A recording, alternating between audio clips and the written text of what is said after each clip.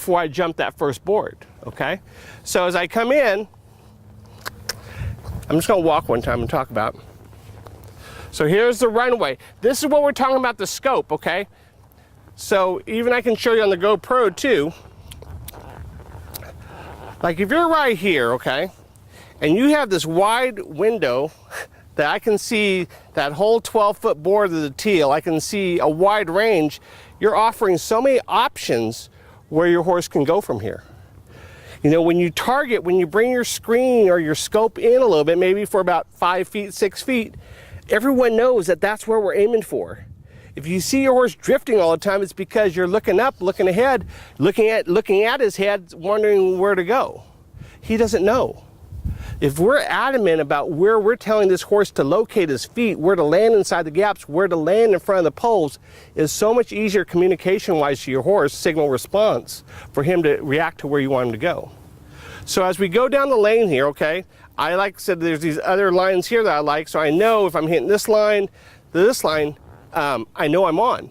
Let's say I'm off. Let's say I'm off a little bit, okay? Let's say I'm not on those lines. Well, you know what? I need to make a move. That's what those lines kind of help you do, is saying if you're not on, what do you do? Let's say I'm in here, and I'm in the center of this gap, and I'm not on the cone. I'm saying to myself, oh my God, I'm not right, okay? If you do this correctly, this will work. If you have enough energy as you go into the tube or into the rack, you have this much zone to slow down too. If you're pleasure loping through this thing, okay, and you're in the slowest gear that you have to obtain, and you try to chip or slow down, you have nothing to slow down to. So we need to make sure your back end is going during the runway, and then collapse your horse and slow down so you get to the lines. So like I said, if you're in the middle of the lines, you're saying, oh my God, I'm not good, I better slow down. So we're gonna try to get the math to add up so we're slower, slower, slower here.